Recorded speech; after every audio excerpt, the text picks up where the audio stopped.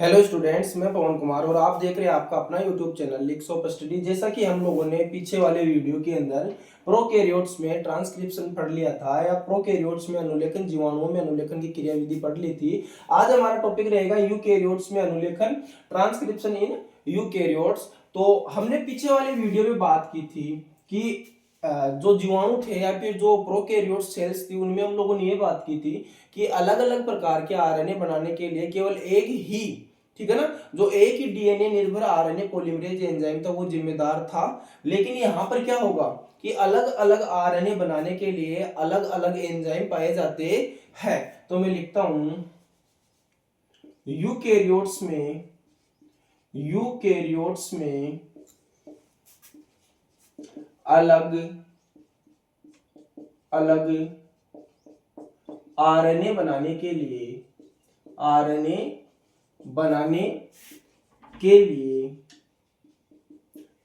अलग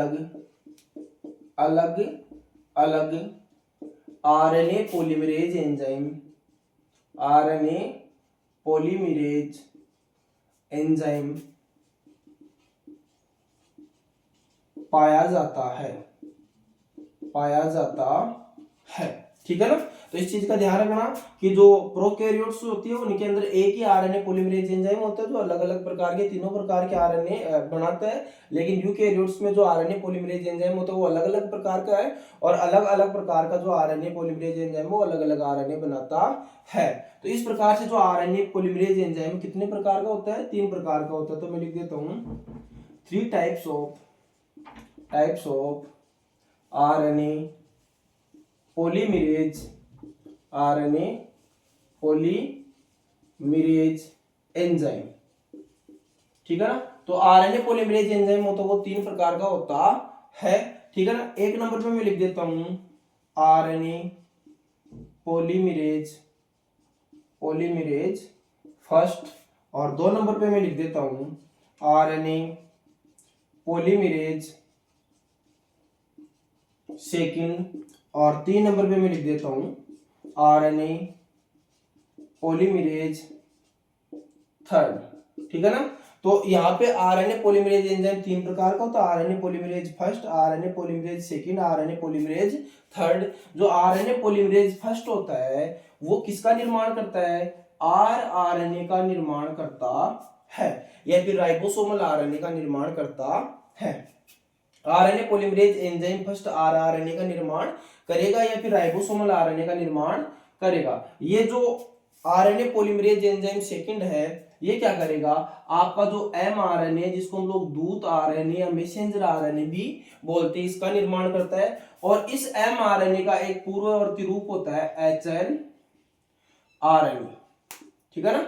इसका भी निर्माण कौन करेगा? ये आरएनए पॉलीमरेज एंजाइम सेकंड करेगा। अभी देखेंगे कि जब एमआरएनए हम लोग बनाएंगे तो उससे पहले कौन बनेगा? एचएनआरएनए बनेगा, उसके बाद में कौन बनता है? एमआरएनए बनता है। और फिर जो बच गया आरएनए पॉलीमरेज थर्ड, ये क्या करता है? बच गया कौन सा अपना? टीआरएनए का निर्माण कौन करेगा?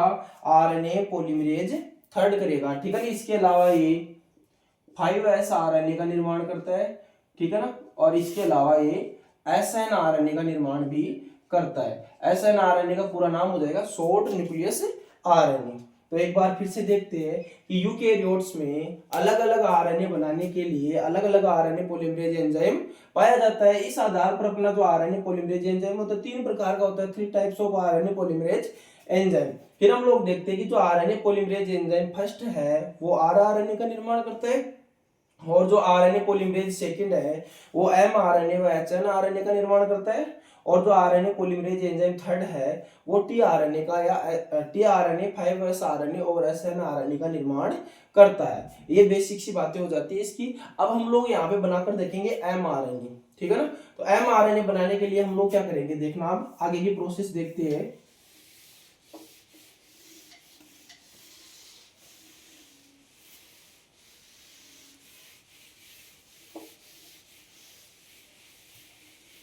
आगे की प्रोसेस हम लोग देखते हैं होता क्या है। पीछे हम लोगों ने पढ़ा है कि ये डीएनए का टुकड़ा है। आराम से समझाऊंगा, आराम से समझने की इसको कोशिश करना। ये क्या है? 3 days और 5 days और ये 5 डेज और ये 3 डेज। जो 3 डेज से 5 डेज होता है वो हमेशा क्या होता है, टेम्पलेट होता है, ठीक है ना, सादसा भी बोलते हैं जिसको। और जो 5 डेज से 3 डेज होता है वो कौन सा होता है, कोडिंग स्ट्रैंड होता है। तो हम लोग यहाँ पे निर्माण किसका करेंगे, mRNA का निर्माण करेंगे। तो mRNA का निर्माण के लिए हमें पता है एंजाइम कौन सा आएगा, RNA, अभी तो पढ़ा था ना, polymerase second, RNA polymerase enzyme second को हम लोग यहाँ पर काम में लेंगे। अब देखना होता क्या है कि इसका जब अनुलेखन होता है तो होगा क्या कि RNA पॉलीमरेज एंजाइम यहाँ पे 5 डेज सिरे को पहचान कर यहाँ से इसके उन्नायक भाग से प्रमोटर भाग से जुड़ जाएगा। पढ़ाया हम लोगों ने पीछे की कोडिंग स्ट्रैंड का 5 डेज सिरा क्या होता है, उन्नायक प्रमोटर या वर्धक भाग होता है। तो ये इसको पहचान कर 5 डेज सिरे को पहचान कर प्रमोटर से जुड़ जाएगा, उन्नायक से जुड़ जाएगा, फिर क्या करेगा, यहाँ से हाइड्रोजन बंध तोड़ना चालू करेगा। लेकिन इससे पहले हम लोगों ने ये पढ़ा था कि जो यूकैरियोटिक सेल होती है, इनके अंदर होता क्या है, इनके अंदर ये होता है कि जो डीएनए होता है या फिर जो जीन होती है वो कैसी होती है, पॉलीसिस्टोनिक होती है, मोनोसिस्टोनिक होती है। हम लोगों ने पढ़ा था क्या होती है, मोनोसिस्टोनिक, ठीक है ना। तो जो यूकैरियोटिक सेल होती है इनके डीएनए में जो जीन होती है मोनोसिस्टोनिक होती है, मतलब एक जीन केवल एक ही काम करती है। ये हम लोगों ने पीछे पढ़ के आ गए। तो हमें पता है कि जो मोनोसिस्टोनिक जीन होती है इसके अंदर एक्सोन व इंट्रॉन दोनों फ्रेगमेंट या दोनों खंड पाए जाते हैं, ठीक है ना।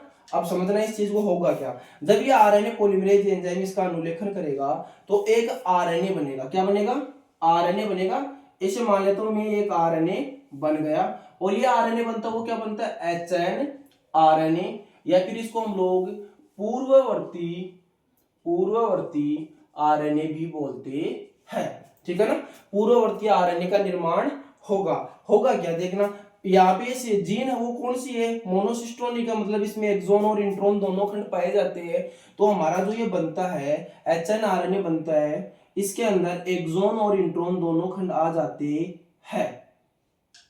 ऐसे में मान लेते हो ये डॉटेड वाला कौन सा है, एक्सोन है, इसके सामने मैं ए लिख देता हूं, और जो ऐसे लाइन वाला है जिससे लीनियर है ये क्या हो जाएगा, इंट्रॉन हो जाएगा। फिर से क्या आएगा, एक एक्सोन आएगा। पीछे मैंने समझाया अच्छी तरीके से, एक्सोन और इंट्रॉन को आप लोग वहां पे देख सकते हैं, व्यक्तक और अव्यक्तक बोलते हैं इनको, ठीक है ना। एक्सोन को व्यक्तक बोलते हैं और इंट्रॉन को अव्यक्तक बोलते हैं हिंदी के अंदर। और ये वापस से क्या आ जाएगा, इंट्रॉन आ जाएगा, ठीक है ना। और ये वापस से एक्सोन है और ये क्या है, इंट्रॉन है। इस तरीके से पाए जाते हैं। जब ये एचएनआरएनए बनता है, इसका अनुलेखन होता है आरएनए पॉलीमरेज एंजाइम सेकंड से इसका अनुलेखन होता है, तो होता क्या है, जो आरएनए बनता है वो कौन सा बनता है, एचएनआरएनए या पूर्ववर्ती आरएनए। और जो पूर्ववर्ती आरएनए बनता है, एचएनआरएनए बनता है, इसके अंदर एक्सोन व इंट्रॉन दोनों खंड पाए जाते हैं, ठीक है ना। अब इनको होगा क्या, अब यहाँ पे होती है एक प्रोसेस होती है आरएनए स्प्लाइसिंग की, आरएनए स्प्लाइसिंग। इसमें क्या होता है सर, आरएनए स्प्लाइसिंग किसे कहेंगे, समझना कि एचएनआरएनए से इंट्रॉन खंडों को हटाने की क्रिया को आरएनए स्प्लाइसिंग कहते हैं। सर इंट्रॉन खंडों को क्यों हटाने का कारण ये है कि हम लोगों ने पढ़ा था पीछे की जो एक्सोन होते हैं उनके अंदर आनुवांशिक सूचनाएं होती है, और जो इंट्रॉन होते हैं उनमें आनुवांशिक सूचनाएं जेनेटिक कोड नहीं होते। इसलिए होगा क्या, हमें आरएनए के अंदर इंट्रॉन खंडों की आवश्यकता नहीं है, क्योंकि इनके अंदर कोई कोड नहीं है। तो इसको क्या करेंगे, हटाएंगे यहाँ से, और इंट्रॉन खंडों को एचएनआरएनए से हटाने की क्रिया क्या कहलाती है, आरएनए स्प्लाइसिंग कहलाती है। तो अब होगा क्या, ये इसका क्या बनेगा, इधर 5 डेज और इधर क्या बनेगा, इसका 3 डेज बनेगा, ठीक है ना। अब क्या होगा देखना, अब मान लिया हम लोगों ने कि ये वाला सारा हट गया, हटने के बाद में जो हमारे कौन बचे, केवल अब एक्सोन बचे। तो एक्सोन सारे आपस में क्या हो जाएंगे, जुड़ जाएंगे, ऐड हो जाएंगे, एक दूसरे से कनेक्टेड हो जाएंगी। अब इनके बीच में कोई भी प्रकार का इंट्रॉन खंड नहीं रहता है, तो होगा क्या, इधर देखना ये वाला 5 डेज और ये इधर वाला 3 डेज। तो हम लोगों ने क्या किया, आरएनए स्प्लाइसिंग के द्वारा इंट्रॉन खंडों को हटा दिया, और हटाने के बाद में जो आरएनए बनता है, अभी तक ये एमआरएनए नहीं बना है। एमआरएनए बनने के लिए इसके अंदर 2 अभी प्रोसेस और होगी। पहली प्रोसेस होती है इसके अंदर देखना केपिंग। यदि आप लोगों ने एमआरएनए पढ़ाया है, मैंने पढ़ाया है पीछे वाली क्लास, यदि आपने ली है तो आपने देखा होगा कि एमआरएनए पर कौन होता है, एमआरएनए के 5 डेज सिरे का निर्माण कौन करता है, एमजीपीपी, मिथाइल ग्वानोसिन ट्राइफॉस्फेट। लिख देता हूं मैं, मिथाइल ग्वानोसिन ट्राइफॉस्फेट, ठीक है ना। ये हम लोगों ने कुछ इस तरीके से पढ़ा कि इसके अंदर पहली क्रिया क्या होगी, केपिंग होगी। केपिंग में क्या होगा, इसके 5 डेज सिरे पर एमजीपीपी आकर जुड़ता है, मिथाइल ग्वानोसिन ट्राइफॉस्फेट आकर जुड़ता है, और इस तरीके की संरचना बनती है।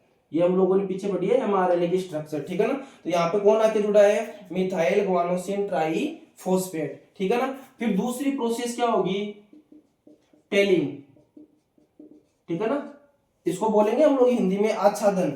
केपिंग को क्या बोलेंगे, आच्छादन, और टेलिंग को क्या बोलेंगे, पूंछन। पूंछ बन रही है इसकी ना, पूंछन। और यदि आपने पीछे एमआरएनए की स्ट्रक्चर पढ़ी है तो आपने देखा है कि एमआरएनए का जो 3 डेज सिरा है, मैंने पढ़ाया है पीछे, अच्छी तरीके से क्लियर करवाया है ना, कि जो एमआरएनए का 3 डेज सिरा है ये किसका बना होता है, एडिनिलिक समूह 200 से 300, 200 to 300, ठीक है ना। तो यहाँ पर आकर केपिंग किसे बोलेंगे कि एमआरएनए के 3 डेज सिरे पर कौन आके जुड़ेंगे, एडिनिलिक समूह आकर जुड़ेंगे, कितने, 200 to 300। इसको क्या बोलेंगे हम लोग, टेलिंग या पूछन। ये हो गया 3 डेज। इस तरीके से पूरा क्या बनता है, हमारा एमआरएनए बनता है। तो ये क्या हो जाएगा, यहाँ पे आके कौन जुड़ेगा, एडिनिलिक समूह है, एडिनिलिक ग्रुप आकर जुड़ते हैं, कितने, 200 से 300, ठीक है ना।